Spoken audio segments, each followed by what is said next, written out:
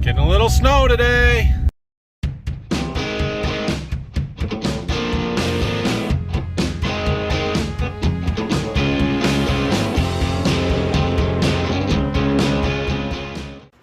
Good morning. Welcome back to the farm here. Spent a little bit of time this morning paying some more bills as per usual. We have got to go pick up some tires this morning. So that's my plan. We got all these tires off of the bean planter that we're going to go and get the new tires mounted up. So I'm going to load those in the back of my truck. And I'm going to head out and go and deliver them, drop them off. And then we'll come back here this afternoon, keep digging around on this corn planter, taking some stuff apart. Brock should be here by the time I get back, I would assume. I'll have him just keep washing meters until I get back. Those look like our new tires. Nice. Okay, I'm back from running stuff around. Brock's here. We're going to work on these fertilizer openers. So we did one row, so we know what we're doing. And basically, we've got to take the gauge wheel off. To start with that, there's a cotter pin and a washer on there. So he's got that off. Now you got to take the bolt out, Brock. Okay, and then there's that bolt there. That's got to come out.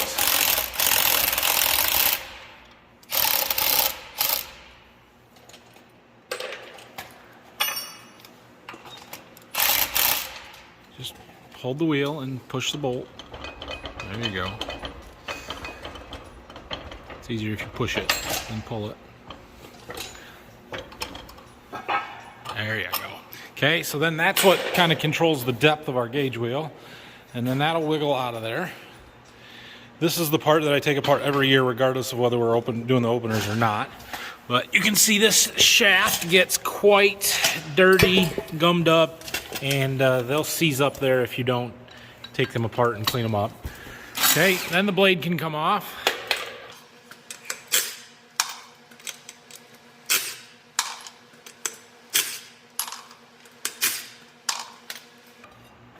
Okay, we'll look at that in a second. And then we've got to take this boot off, or they call it a spout technically.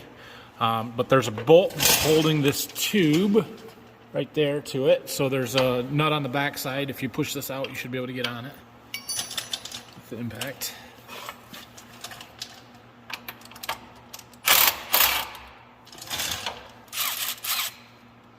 Okay, might have to tap it out with the hammer. Those bolts are fairly rusty, and they are getting replaced because they're in rough shape. And we have new ones. Okay, now you gotta take the big bolt out that holds the boot on there. That's an 18 millimeter.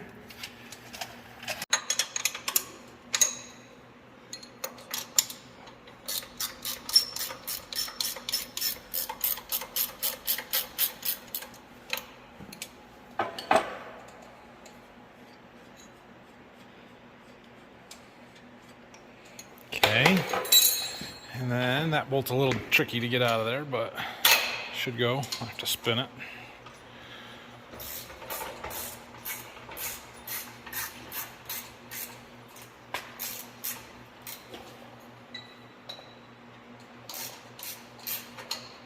There you go. Okay, once that's out, then the boot should slide off the spout. You gotta kind of twist it out to the bottom.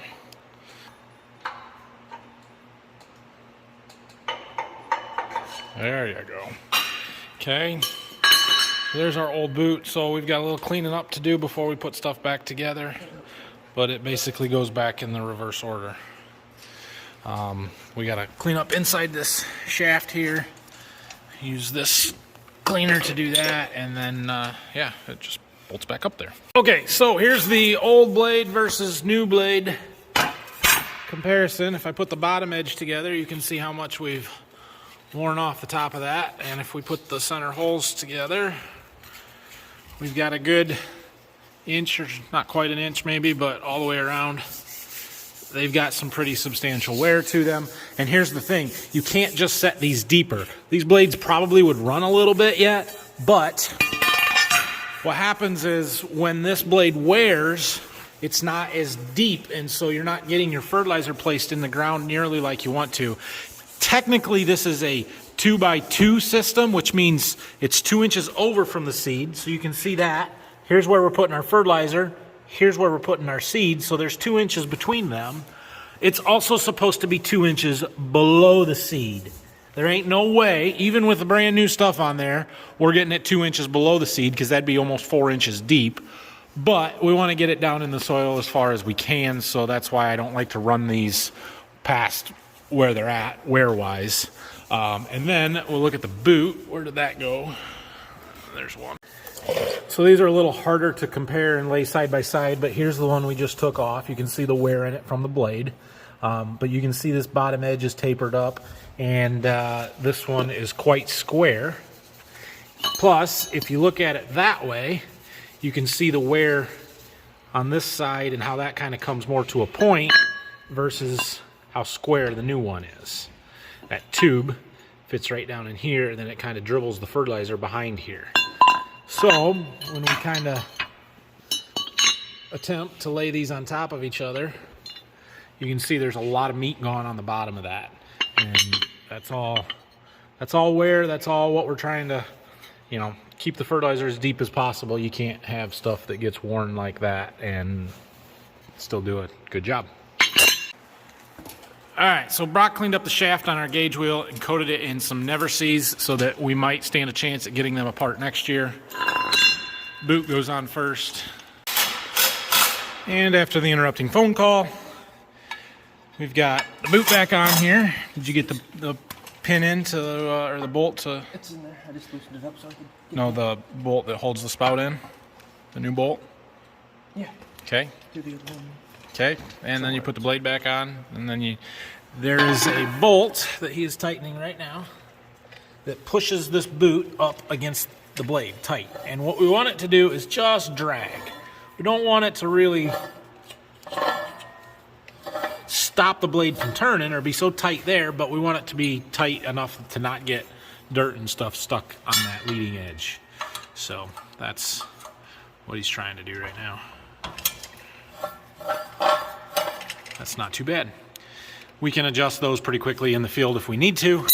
The last time I changed these a few years ago, I made the mistake of making them relatively tight, and I had to go through and loosen every single one of them up because none of them turned once we got there. So then the gauge wheel goes back on, and it goes on a whole lot easier than it came out because how far should I let him go?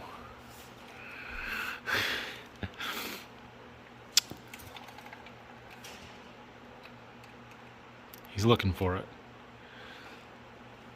Look at your wheel and look at all the other ones. It's 180 degrees off. There you go.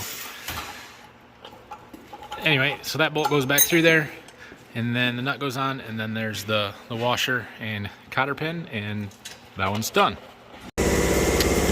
Well, we've run into one that's given us some trouble here.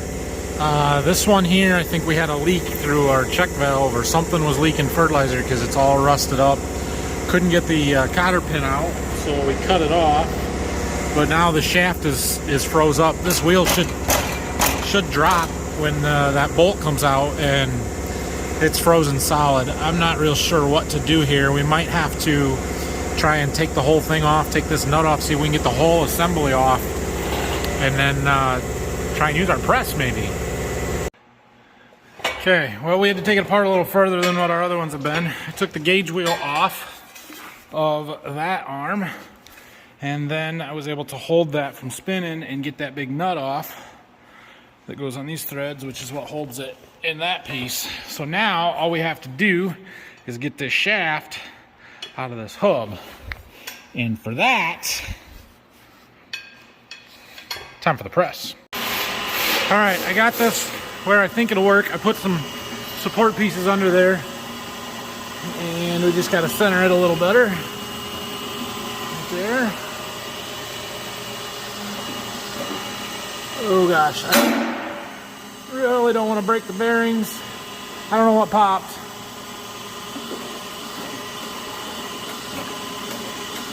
Oh, that scares me.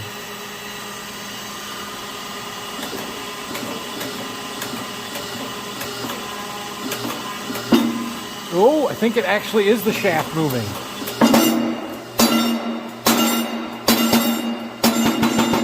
It is indeed. Yikes. Okay, we gotta get something smaller diameter than the shaft. Keep pressing it down with. We're leaking. We're leaking bad. It's alright, it's just lubrication. Oh man, that's scary. Okay, well it might go easier now. Or it did go easier there. Huh. It's not the edge. I got it out. I'm not sure what happened though, because it's not supposed to be curved like that. That centerpiece, it was down like this, but it went straight down. It didn't catch on anything. Oh, maybe I did. Maybe I caught it right on that edge. I thought I had it centered better. Oh well.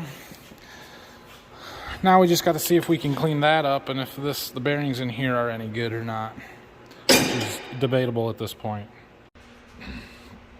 All right, well, this hub, it still turns, but it's got some rough spots in it, which I'm not entirely sure if that's from me pressing it or from the fertilizer getting into it and making it tight and, yeah, in there. Anyway, plus I don't have a good way to clean up that inside of that shaft good enough. I mean, I can brush it out, but it's rusted and stuff from the fertilizer getting in there, so we're gonna buy a new one of those. I looked them up, they're only 90 bucks. I was expecting quite a bit worse than that, just because, you know, expectations of part prices. Plus I kind of boogered up the threads on here when I was getting that nut off. Where's that nut? Right here. This nut was rusted on there from the fertilizer, and so it screwed up the threads a little bit. They're not terrible, we probably could clean them up. Focus. But it all comes in a new one. You can see right in there. You cannot see right in there, but that's where it is there.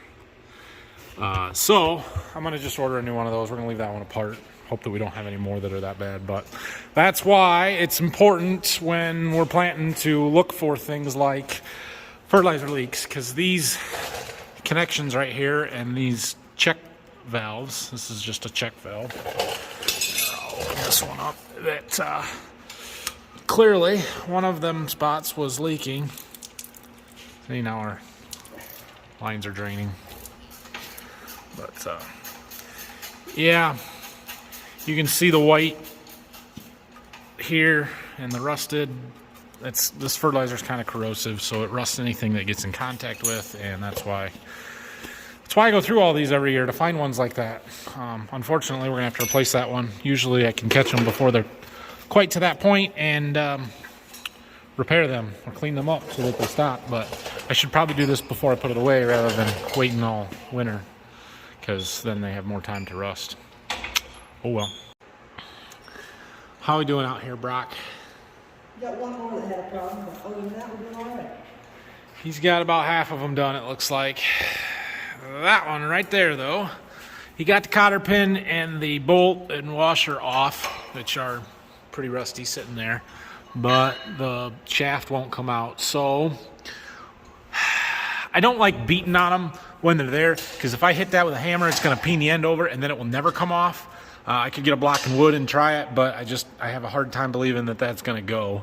So we're going to take this one apart like we did the other one and try not to bend it and break everything all apart.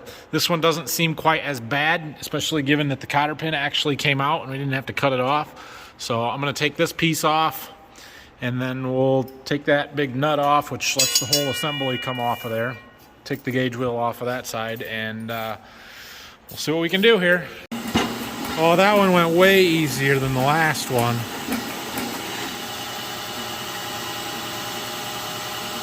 Oh, look at that. Perfectly straight. That piece is good. Didn't put much stress on this. And I was able to get the set screws loose to not screw up the threads on that one, unlike the previous one where I couldn't get the set screws loose. So this one's in good shape. We'll clean it up. It's not nearly as rusty inside there as that one is, so we'll get the blade off and clean it back up and put it back together. Look, Dad squeezed Anna's car in over here. He's got plenty of room. My truck ought to fit. We can put my seat covers in. Supposedly we're replacing a fuel filter. Looks like fun there. You ready for a lift? No, I didn't think so. Sure, it'd be nice. It would be nice. Or a pit. That's what all the big YouTube farmers have. They have a drive-over pit to get under their tractors and semi-trucks. That'd require a new shop floor and a bigger shop. Not going to happen. Okay, we're going to let Brock keep working on those fertilizer openers while I think I'm going to start looking at closing wheels. I'm going to get something bought, figure out what I want to do for replacing the wheels. Like I said yesterday, these wheels are starting to break apart on me, so I'm going to take one of them apart, actually, and then take a little closer look at it and maybe start taking the first 4 or so of them off to get those kits welded on there. Yeah. These wheels are much lighter than those cast iron ones. Anyway, I'm going to pop the screws out of there, and I'm sure it's just 2 plastic halves with a rubber ring around it and then the bearing in the center. But I'm going to look at this one and see what I want to do about it. Okay, here's the components that make it up. So we've got 2 plastic halves that I assume are identical when they start. Is there a part number on this one? Yeah, right there. That doesn't look like a John Deere part number, although it's, yeah, same number as that one. So I think those are identical. You can see that this one is all cracked out almost all the way around, and it would not take long for the rest of that plastic edge to wear off, which would allow this wheel to fall right off. So at a minimum, we have to replace that plastic half. This side looks to be in better shape. I don't know why one side wore and the other side didn't as much, but that would still be usable. The bearing got a little rust, a little dirt, but still rolls tight, feels smooth, is okay. The rubber is actually worn quite a bit more than I thought it would be. I don't know if it shows real well, but it's not symmetrical. It's the arch is over here, not in the center, so it's definitely worn. Probably reversible, but I think we can do better. Okay, so upon a closer inspection and comparing this one to one that's still on the planner, this is the same, but it is significantly worn, significantly. So on this side here, that rib is recessed inside the outer ring of the tire quite a bit. I mean, I don't know. Focus. Yeah, you can see it there. On the other side, it's almost flush.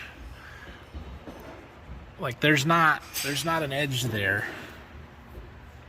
A difference between these two like there is on this side. And so what I'm gathering and looking at this one is that this outside, it has worn that tire down so much it's worn through the plastic, and that's why all them rings are breaking out. It's on the outside where the pressure is laying on the ground. So it's wearing here on this inside edge of the wheel, but it's wearing the outside here, and it's wearing through this plastic ring. So the inside of all these is going to be fine. The outside is what's going to be thin, and some of them may be worse than others, but basically half of every closing wheel needs replaced. Okay, I did a little bit of research on these and what I want to put on. So there's a couple of companies that make very, very similar closing wheels that I'm interested in. One of them is Copperhead Ag, which is the same company that makes the closing wheel frame kits that we have already got. And those are called Furrow Cruisers. And the other one is Yetter. They make what they call their Twister. And they look identical to me. They look very, very similar. But they're a wide poly wheel, kind of this width, but they've got spikes around the outside instead of being solid rubber. And it helps stitch that seed trench back together and crumble the sidewalls a little bit better. So we're going to put those on this planner. I think I'm leaning towards the Copperhead ones because I can get them bought just a touch cheaper. They're a little bit more expensive on their own, but the Shoop where I buy that stuff is having 10% off sale, I think starting on Monday. and that makes them cheaper than the Yetter ones. So we're going to go with that. Now, there's also options there. You can buy the whole complete closing wheel, all assembled, sides, bearings, bolts, and the ring all together, or you can buy just the ring with the spikes on it and put them together on yours. The difference is $210 a row, $130 a row. These discs, $15 a piece. So, and you get the bearing with the new ones, the whole complete set, but my bearings are fine. So we're going to buy the rings, and we're going to buy enough of these plastic discs to replace the ones that are broken and put them together ourselves and save, I don't know, $50 a row. Worth it. So that's the plan. I'm going to wait till Monday to order them, like I said, because I've gotten 2 emails already telling me that 10% sales coming soon, and they usually do it around farm show time in February, which isn't happening in February this year, but I think it's going to be next week. So in the meantime, all of them can come off and get taken apart if we wanted to do that while we need something to do. And while we're taking closing wheel frames off anyway, we might as well take them off and set them back off to the side. Those are not critical that they go back on the same row. I kind of like to keep things straight, but it's not a big deal. So I'm going to kind of take 4 of them apart here and take the frames off so we can start welding those kits on there, and we'll just kind of work through it in sections. Okay, got the wheels and those first 4 frames over there on our table off. These are those bushings that we are eliminating again. Focus, man, this camera, I don't know. Doesn't focus quite as good as my old one did. Anyway, there is a substantial amount of wear on them on the one side. On the other side, they're not nearly as bad. These are reversible. You can flip them to get more wear out of them. I think we flipped them a year or 2 ago because the non-worn side was to the front, which is where it should be wearing. But all that does is make them sloppier and sloppier. The more you wear them, front or back, it's going to give it more play in that bushing right there. So, yeah, corn planter is more critical than the bean planter, which is why we're just going to put the kits on. We've got them, so we're just going to put them on. Also, looking at these, we've got a bunch of wear in that hole from the springs. Again, so those are going to come off and get a little hard surface weld put in there. Rocks on the last one here. Something looks way off on this one. There's way too big of a gap there. So something's bent. We got to figure out what. I would say it's this arm. Sort of hard to tell, but it's got a bend right there. This is the last one on the outside of the planter here, and that gauge wheel is the most outside thing on there. So it's possible we hit a rock or a stump or something going around the outside edge of a field and used up all the spring travel and hit something hard. It's entirely possible. So we'll get a new arm for that one.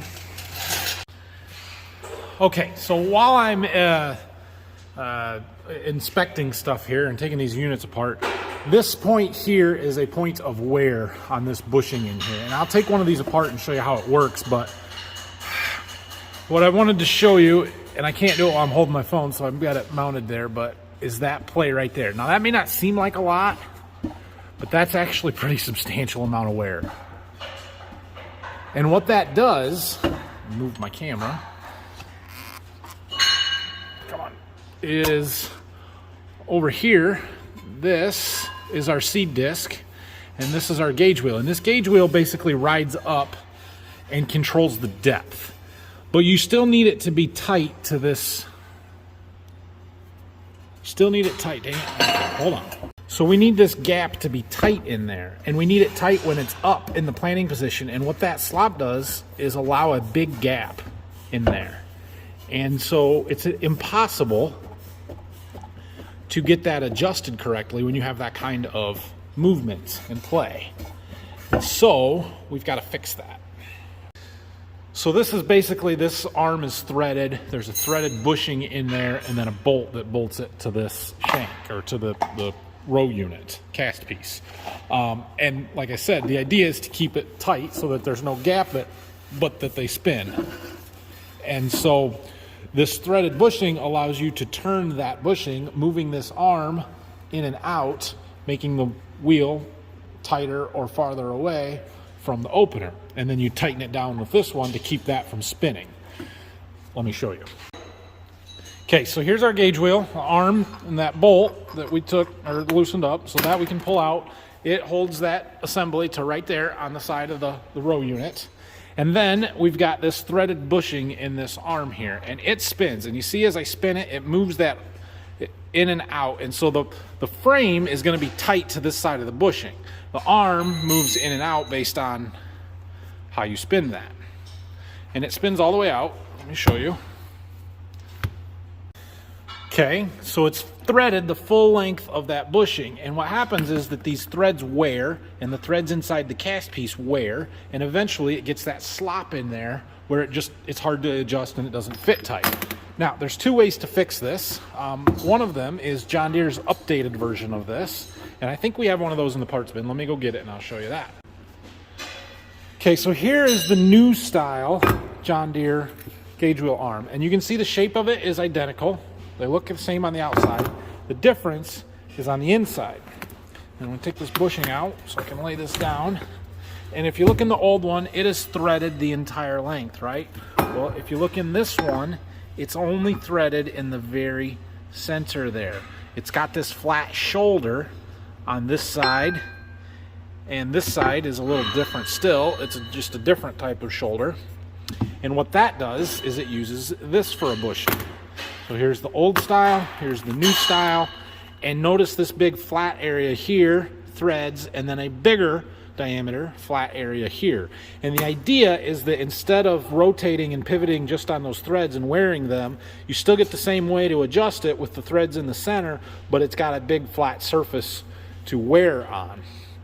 So that threads in there, and you get the same principle, but now it's got more flat surface for a wear surface.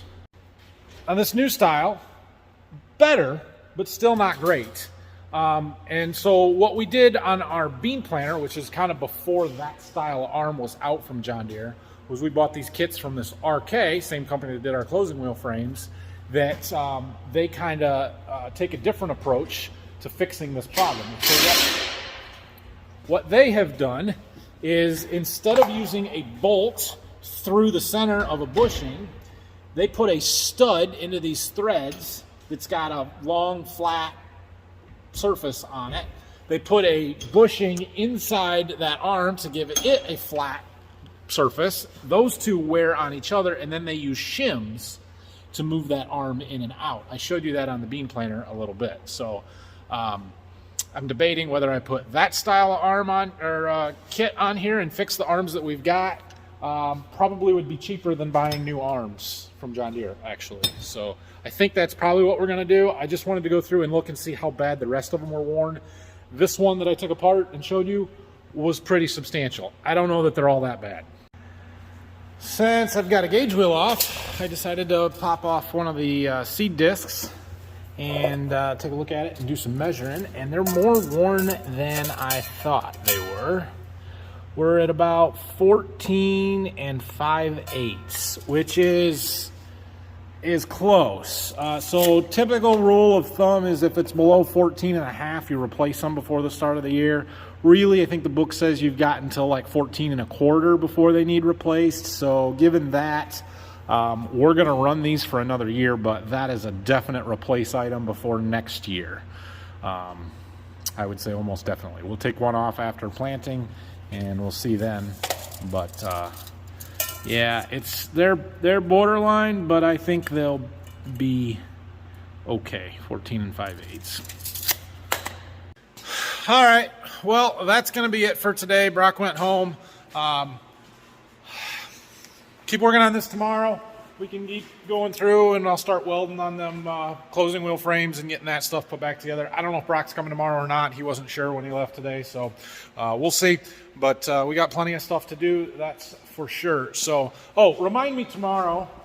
I will talk about tires a little bit. I wanted to compare these ones, which are what we're replacing on the bean planter, with the ones in the center, which are what we're putting onto it. So we'll talk about those tomorrow. Anyway, have a great night, and hit the like and subscribe buttons for me, please. And if you have any questions, comments, type them down below. Oh, one more thing. So Saturday morning, 2 days from now, there's an auction at a local farm here that I'm going to go to. I may try and film some of that. So depending on how tomorrow goes, if tomorrow's video is short because I don't have anything going on and I'm not doing that much, I might roll it into Saturday. So there might be a day break between them. But otherwise, I'll just make a different one for Saturday. We'll see. So anyway, see you guys.